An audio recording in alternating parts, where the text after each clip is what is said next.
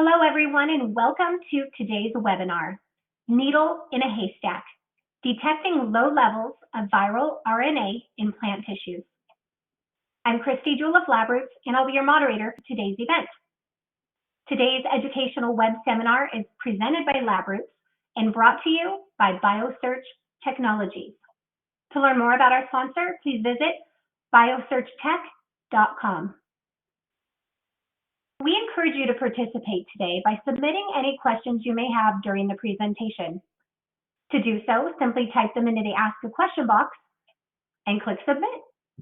We'll answer as many of your questions as we have time for at the end of the presentation. You may also use the Ask a Question box to let us know if you're having any trouble seeing or hearing the presentation. In addition to asking questions, we encourage you to participate in the 3 polls we have today throughout our presentation. Just click on your answer when the poll questions are displayed. In fact, let's start with our first poll now. Today is World Backup Day. How do you back up your files? Either select external hard drive, USB or SD card, cloud storage, other, or none. We'll go ahead and give you a few moments to choose your answer. Again, how do you back up your files? External hard drive, USB or SD card, cloud storage, other, or none. Thank you so much for your participation. And with that, I would like to now welcome our speaker for today's webinar, Dr. Amit Dhingra, founder and CSO of NuPhY Incorporated. For a complete biography on our speaker, please visit the Biography tab at the top of your screen. Welcome, Dr. Dhingra. You may now begin your presentation. Thank you, Christy, for that introduction, and also thank the organizers and Biosearch Technologies for this opportunity to share our research. I am the founder and chief science officer of NuPhY Inc. It's a company that I spun out of my research program at Washington State University back in 2011. It's gone through a couple of changes to now become NuPhY. And I've recently moved to Texas A&M as professor and department head since last year, fall. And my program is in the areas of genomics and biotechnology. I work in the area of horticultural crops, high value specialty crops, where there are some challenges that we've been working on in our research. And as we developed all the technologies, we wanted to bring it to the industry, to the horticultural industry in Washington, across the US. And what I'm going to share today is kind of walk you through some of the problems we've had and where working in this space, we are able to collaborate with companies such as Biosearch Technologies, and there are opportunities to develop new solutions for the industry. So with that, you're probably all familiar with some of the challenges we currently face as a planet. We are going to be feeding a larger population in the next 30 years, and that's not too far away. We're looking at our own children, grandchildren, maybe some of us in the audience who are going to be, in their middle ages by that time. So this is a reality facing us very closely. And according to some estimates, we are losing about 30 soccer fields worth of arable, productive agricultural land per minute. Not only due to urbanization, which is fine, but also due to deteriorating soil conditions, over-fertilization, fertilizer use as well.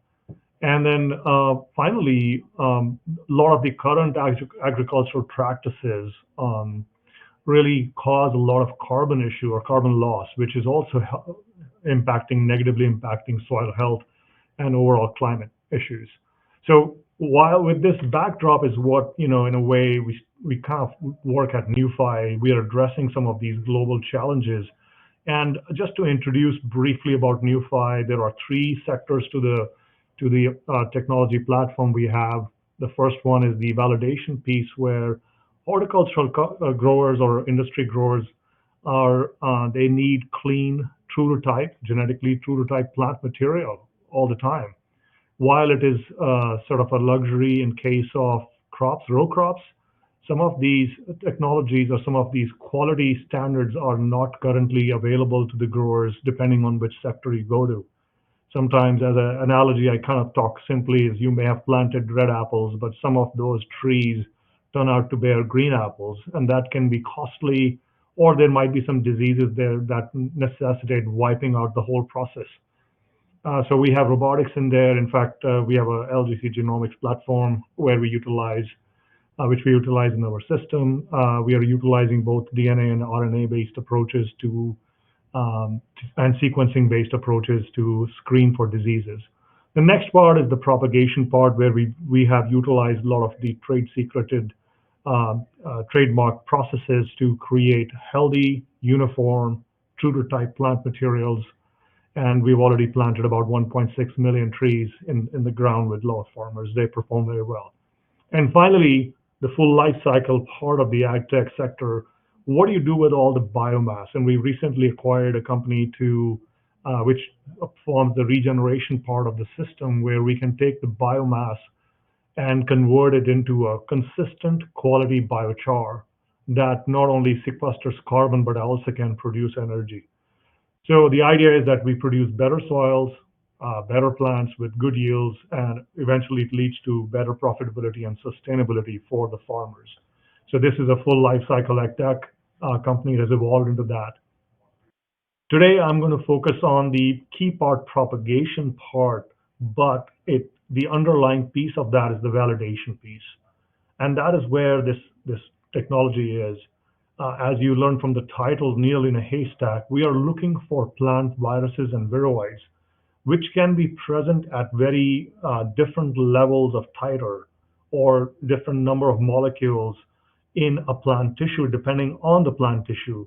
Now, some of these crops are not vegetatively active throughout the year. They go through dormancy. They go through different developmental stages where leaves are shed, flowering happens. So there are various parts of the life cycle when these needs to be tested. And there's the other aspect of producing nursery trees as well, developing the trees. And these trees are not growing on their own roots. Some of you might like apple like Cosmic Crisp or Honey Crisp or Royal Gala. These varieties don't grow on their own roots. They have to be grafted onto other genetics. And if there are viruses or other diseases in that, the whole tree can die. And there have been major losses in the industry, in the horticulture industry, because of viruses. Globally, it's the economic value of viruses is up to $60 billion per year. They can cause major losses. So how did we come to developing methodology in this process? So let me explain what NuPhY really got started with. And to illustrate that, I would like to point your attention to the top panel, where that is the traditional method of producing, say, an apple tree. What you see in the first box on the left corner is the stool bed production of rootstocks, wherein it can take up to 4 to 5 years to produce a large number of rootstocks. After that, these rootstocks are harvested, they are replanted, and then in the second point, around year 6 or 7, they are grafted with the cyan variety. They're allowed to grow for a couple of years, uprooted one more time, replanted in an orchard, and then you can see that the whole journey can take up to 12 to 13 years by the time that tree can bear fruit to its full capacity. When we were starting to do this work in 2006, 2007 at my program at Washington State University, I started working with a lot of my colleagues who breed rootstocks, notably Dr. Gennaro Fazio at Cornell University, as well as a lot of the nurserymen around in the Pacific Northwest of the US. And their question was, can you develop a methodology where we never have to uproot the plants? So basically create a methodology that will go directly from a situation where you're not going in the ground, but directly into the ground to establish the orchard. So that is where this trademark technology, NuPhY, was born. The lower panel illustrates what that looks like. I'll elaborate that in a second. But what is NuPhY is a confluence of multiple quality control points where we produce genetically confirmed, true to type, disease and virus-free plants, utilizing a combination of in vitro tissue culture-based propagation with optimized media, growth media for the genetic background we're working with, as well as with combining that with greenhouse production to then produce trees that can go directly into the orchard. So whenever we uproot a plant, we're exposing the roots, we are damaging the roots to diseases. So there are a lot of challenges that can come along with that. So this methodology, this approach gets rid of that. To go deeper into this multi-phy technology, there are these few stages because of the flexibility and the ability to produce a large number of plants in a very small time without causing any damage. This process can be scaled up very easily. We can make one plant turn into 3 to 10 plants within about 4 weeks time. So this is a very good platform to amplify any of the genetic stock once working with. And then depending on the needs on the right part of the panel, depending on the need of the industry, if they want just the rootstock or a grafted plant material, one can really easily produce the plant to specifications in a greenhouse and deliver to the industry. So this is the process, but before we started doing the work, before we got into the picture, I was getting a lot of this outreach from the industry to make sure that the plants are true to type. They would ask me questions at my research lab, and we had just started sequencing the apple genome, and since we have done pear genome, cherry genome, and other crops, now we are able to utilize that high quality genomic data, genomic information to develop a platform to develop bioassays, DNA-based assays to confirm true to typeness. Now, one of the challenges in this process is how do you ensure everything is disease-free? So to start off this process, we get the material from the National Clean Plant Network. They provide they basically provide clean plant material. This is virus-free certified material. And it is also known very commonly that whenever you get virus-free certified clean material, it will not always stay like that. And there are two reasons for that. One of the key reasons is that when it's planted out in the orchard, it can get reinfected.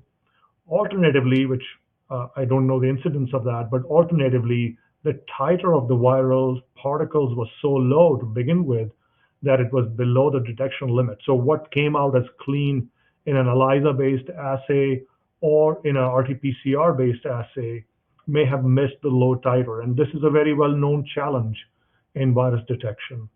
And this is a very important industry. The horticulture industry is very important. It's very highly valued.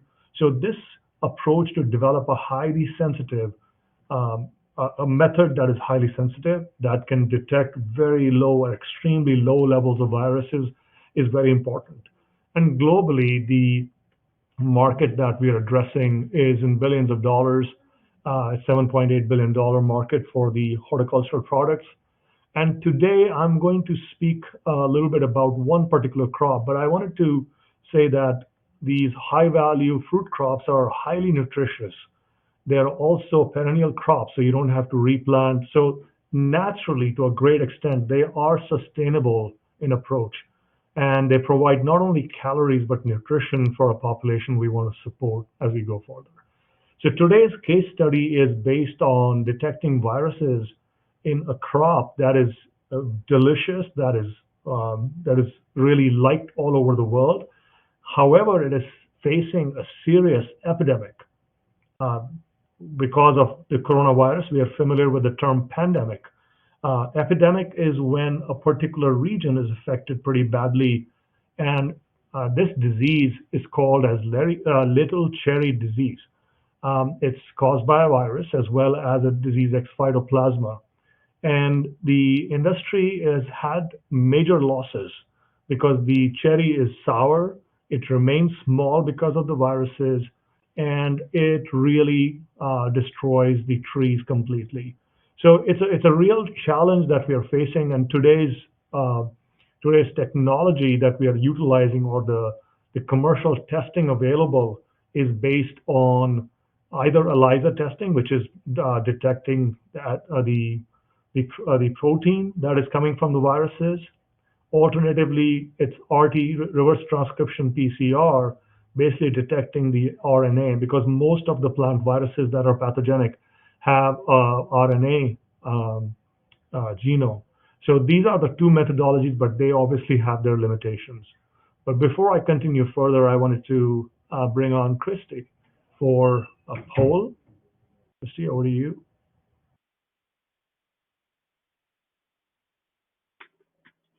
Yes, thank you, Dr. Dhingra. That does bring us to our next poll. And here we are. What is your current method for virus detection? ELISA, grow outs, RT isothermal amplification, RT qPCR PCR, NGS sequencing, or other? Just click on your answer. What is your current method for virus detection? Is it ELISA, grow outs, RT isothermal amplification, RT-qPCR PCR, NGS sequencing, or other? Thanks for your participation. Back over to you, Dr. Dhingra. Thank you, Christy. So I wanted to kind of highlight a point here on that point that I was making earlier, elaborate on the point I was talking earlier about the various types of tests. And as you just heard in the poll, there are various methods to do that. There is obviously the sequencing-based methodology. RT-PCR and ELISA are the most common tests, and NuPhY is in particular certified by the Washington Tree Fruit Research Labs to be able to provide RT-PCR-based tests to evaluate the little cherry virus detection that they do. And in the last year itself, we got one client provided about 1,200 samples. So it's a very big need.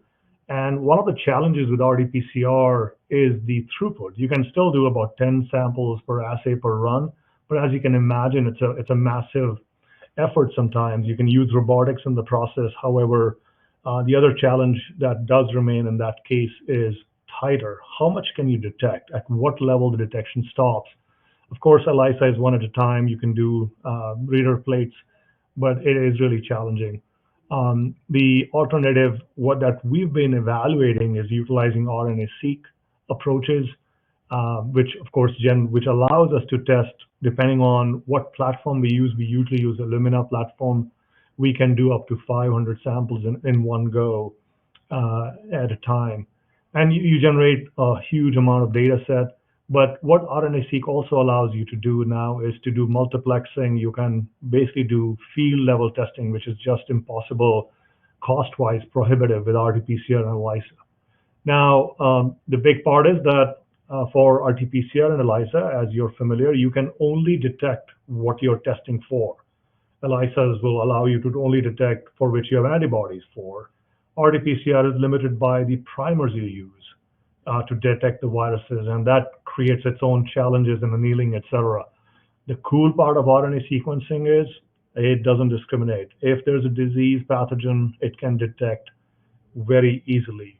And the sensitivity is very high as well in the process. Now, the challenge with RNA-seq, which is where we started collaborating with LGC, is that we were really interested in finding out, is there a way to bring down the cost? And where we worked with the LGC scientists was to develop a platform where we can do target enrichment. For RNA-seq, we removed the ribosomal RNA, but there is all that plant RNA that is already there as well. So the idea was, can we utilize a platform to enrich the target viral particles? And in our conversation, they introduced us to the hybrid capture technology, or HybCap for short. And let me introduce that to you briefly. You may be aware of this, but let me walk through this process. So the HybCap technology is where you make a cDNA library, and then you denature it.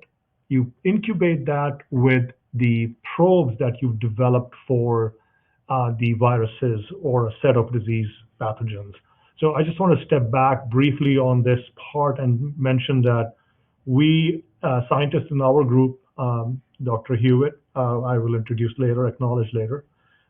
She basically brought all the known pathogenic viruses database to the table and then devised a program along with the help from the LGC scientists to create overlapping set of probes, which would then capture the entire genomes of the viruses that exist out there. But this could be scaled up to include bacterial, fungal, because everything does produce RNA. So the idea was that if we made a total cDNA library, we can capture everything. And by utilizing standard technologies, we can really enrich the process. So you can add magnetic capture beads to the system because some of your probes have these biotinolated ends. And by doing that, you can truly enrich the target. Our goal for doing this work is to increase the throughput even more, but reduce the cost at where it becomes extremely affordable. We started this project not too long ago with LGC, and due to all the value chain limitations and shortages of supplies, we haven't really reached the end of everything, but we've started doing some work already, and I wanted to share with you some of the approaches we were planning to take. So what you see in this slide deck is the sort of the plan, the research plan we are looking at, where we are comparing both verified healthy tissues to infected tissues, and we are doing RNA extractions from both sides, and then creating sequencing libraries where we would utilize the HybCap approach or the multiplex indexed approach, or just directly library. So we are comparing the HybCap approach in this process. Our expectation is that due to target enrichment, we deplete majority of the plant RNA as well. Thereby, we could go from 500 samples per run to about 5,000 or even 10,000 samples per run, which gives us the throughput that we need to really address the needs of the industry. So further, this is sort of another experimental design where we are looking at beyond just sweet cherry, we are looking at apples and pears as well, because all crops are infected, can be infected, where we are going to be doing a lot of the HybCap enrichment, doing RNA-seq, and then thereby assembling and mapping it to find the viral load. So far, we've been only able to generate the RNA-seq data separately without the HybCap enrichment just yet. But we have some proof of concept where when we use the HybCap probes, recall that HybCap probes are to be used on cDNA library. We were actually able to utilize this directly on RNA and see some very good data as well. The data are messy, so they're not being presented here, but we saw some potential. So obviously, we are starting to see that we can definitely enrich the RNA itself as well, and the target RNAs. One other thing we want to do in this particular case is look at different tissues. I was mentioning previously, these are temperate crops. They go through different life cycles of dormancy. And what would be an ideal place to test for our viruses? The best place would be before the plant is actively growing in the spring. And if it's infected, it can spread the virus load pretty quickly through insects or through bad clippers. So the idea would be, could we go and evaluate the viral load in different tissues that would include leaf tissue, but midribs, or even bark tissue, if we can use that approach in that particular case. So I wanted to just share some outcomes of our recent sequencing run that we looked at. So what you see in this slide are three different sequencing reads, three different samples or treatments. The top one is the bark, leaf at the middle, and midrib at the bottom. What you are seeing over here is the detection limits. With the leaf system, if we dilute the known amount of titer below 500x, we stop detecting with RT-qPCR. But with sequencing, we are able to detect these viral particles or sequences, transcripts in particular, in these regions. As you can expect in a leaf, we definitely get a lot of reads, a good read depth, and that's expected because virus is actively multiplying. Same for midrib. But what is exciting is that we can also detect it in the bark tissue. So irrespective of the season, it allows us to go and provide this service platform to the farmers where they can detect the viruses that are infecting the plant material ahead of time. So rather than being reactive, a farmer can be proactive and cull or remove those trees and retain the health of the other plants that are healthy in the orchard. So this is a good step forward, and we expect that especially in the bark tissue, HybCap technology can really help us improve our detection limits when we combine it with sequencing. Some of the next slide shows you some of the viruses that are there. We knew that these samples were infected with the viruses that are depicted in green in different tissues. What is really interesting is the viruses that we did not expect to see, which are labeled in yellow. So RNA spares no one. If it's present, it'll be shown. And this is where the power of combining the HybCap with the sequencing-based approach can be very effective and informative. So we are utilizing this platform right now to develop this approach, utilizing the LGC platform that we have, the IntelliCube that we have to be able to provide this field-level testing of pathogens where we can detect very low-level titer of the plant material as well. So I'd like to conclude this presentation by sharing that RNA-seq is indeed the most sensitive method with the highest limit of detection. At present, though, RNA-seq is a costly proposition for the customer, and our expectation is that with LGC HybCap platform, it will really help us increase both the throughput and then lower the cost per sample so that we can provide the services to the farmers who are struggling to keep their trees alive and maintain their profitability. Of course, none of this would be possible without the support that we've received from the partnership between Biosearch Technologies, or LGC, and we've been collaborating with Clean Plant Center Northwest. I would like to acknowledge Dr. Scott Harper for his collaboration.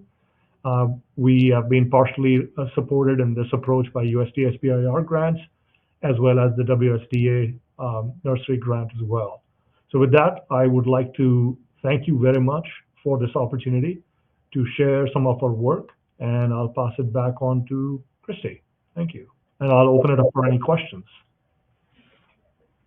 Thank you, Dr. Dhingra. That was an excellent presentation, and you are correct. We will now start the live Q&A portion of our webinar. Now, to our audience, if they have a question they would like to ask, please do so now. Just type that question into the Ask a Question box and click Submit. We will answer as many of your questions as we have time for. But real quick, before we jump into our first question, let's bring up our final poll here. And do you currently use NGS? Yes or no? Love your input here, so please let us know if you are currently using NGS, yes or no. Okay, Dr. Dhingra, let's start with our very first question. And we have quite a few coming in. Does NuPhY have any plans to expand the offering to other high-value horticultural crops, such as flowers or potentially even into fruits and vegetables? Yes, that's an excellent question. And, as you've kind of noted, we are already expanding beyond cherry to other fruit crops. This next generation sequencing based approach is, of course, agnostic of what plant material we use. So indeed, our goal is to provide this service to the industry. And as long as we can isolate good quality RNA from there, I don't see any limitations. The good part is that there are about 2,400 known pathogenic viruses, and we already have probes prepared for all of them. So as we expand the services, it could be really provided to the entire industry. Thank you. Thank you. The next question. How simple is it to add new pathogens to the existing panel? And how long would it take to validate utility of the platform for detection of a new pathogen or virus? That's great as well. I kind of answered the first part of the question. We have, for example, for viruses, I addressed the question. We basically just need to, we already have the probes for all the viruses. The design part for new probes is pretty straightforward. Obviously, we have to go through some quality control in that, ensure that the probes are covering the genome. There are a couple of approaches to ensure that each part of the pathogen genome is covered. Now, if you get into bacterial and fungal pathogens, those genomes are larger. So one might go selective on certain regions that are more shared between different pathogens or unique depending on what we're looking for. So it's creating a library. And the validation part is what that involves is performing initial RT-PCR-based detection in tissues where we know that the pathogen is very well replicating, or present. So these are technologically not challenging in that context. It's just developing that protocol and being able to do it consistently. And I think that's where having a robotics platform is easier. Once we've established, standardized a process, it's plug and play at that point. Dr. Dhingra, how does the limit of sensitivity, LOD, compare to other methods like qRT-PCR or ELISA? Yeah, I had this in my table, but I can, qRT-PCR is obviously more sensitive than ELISA. ELISA has another challenge. It can have cross-reactivity with non-specific targets, and so can qRT-PCR. When you use primers, you can amplify something else. So just seeing a result, just seeing amplification in a qRT-PCR reaction or a band on a gel is not enough. You must confirm it sometimes as well. We have done where we added a known amount of titer of virus particles to a tissue. We diluted it 1:500 times. And at that 500 dilution limit, the qRT-PCR became ineffective. However, the sequencing still worked. So it seems like sequencing would be able to detect even a few molecules of, if there is transcript being made, we can detect it. So I think that's, ELISA is probably even like, it probably stops at 1:10 dilution of that particular virus. And when I say one, the one is also, we're using a few picograms of the titer of the initial reference genome or reference molecule or a viral particle. So it's very clear that NGS is the most sensitive platform available. Thank you, Dr. Dhingra. What crop do you see as the most challenging to test and why? I do want to compliment the audience. They have very good questions. So let me want to say that I don't see a challenge with the crop. I think the challenge would be with the tissue we work with. The limitation, we can isolate RNA from leaf material from almost anything. While utilizing various methods, one can overcome RNA isolation challenges from leaf tissue from any type of crop. I think the challenge would be, can we go to the difficult, different difficult tissues, like just as an example, the bark tissue, where we were able to isolate RNA. That would be the more challenging part for us. Thank you. And we have time for a few more questions. Okay. How important are the sample preparation methods prior to running on your detection platform? And how do you assess sample integrity? Thinking about RNA degradation, etc. Yeah, absolutely. I think you've kind of almost answered the question. We have to have high quality RNA. And our scientists in the lab definitely spend a lot of time in ensuring the highest quality RNA to begin with.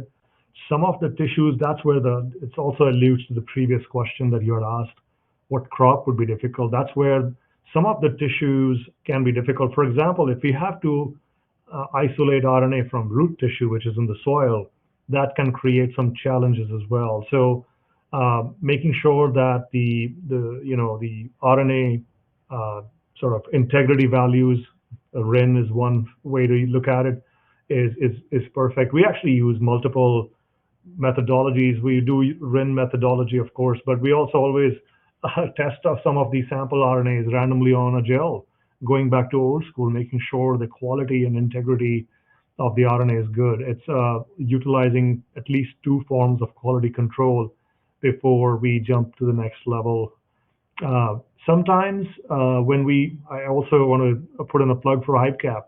Even if there is some degradation because of the specificity that we can obtain from HybCap, I'm thinking as I'm answering this question, maybe we are able to capture the RNA particles even in some lower quality RNA. That needs to be tested.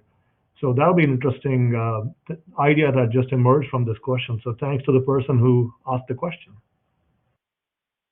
And thank you. It looks like we have time for one more question. We'll wrap with this one. What is the current sample throughput and turnaround time for testing at NuPhY? And do you have any expansion plans? And segue on that is, if so, how do those affect the numbers? Yeah. Well, I think currently what we are offering and what the industry standard is, which is affordable, is the RT-qPCR or RT-PCR tests. We are doing about 2,000 to 3,000 samples a month, and we definitely have expansion plans, and that's why we are going to this better technology, highly sensitive technology. And with the IntelliCube as well as the robotics available to us, I think I've heard from my team numbers from 11,000 to 30,000 samples per month. So we definitely want to expand this offering to a larger set of industry. We want to bring in what we call the platinum standard in disease testing, so that the farmer is stress-free, and there's no doubt in their mind that what they're planting is clean and true to type. Thank you, Dr. Dhingra. Do you have any final comments for our audience? Well, if there are any questions, or if anybody would like to follow up, or if they have more ideas, because we are at the core, we are a science-driven company. We love to collaborate, and we love to bring in more ideas together. So would be very much interested in having a conversation. Thank you for this opportunity to present our work. And thank you for your time today and for your important research. We'd also like to thank LabRoots and our sponsor, Biosearch Technologies, for underwriting today's educational webcast. Before we go, I do want to thank the audience for joining us today and for their interesting questions. Questions we did not have time to get to today, and additionally, those submitted during the on-demand period, they will be addressed by our speaker via the contact information you provided at the time of registration. Today's webcast can be viewed on demand, and LabRoots will alert you via email when it's available for replay.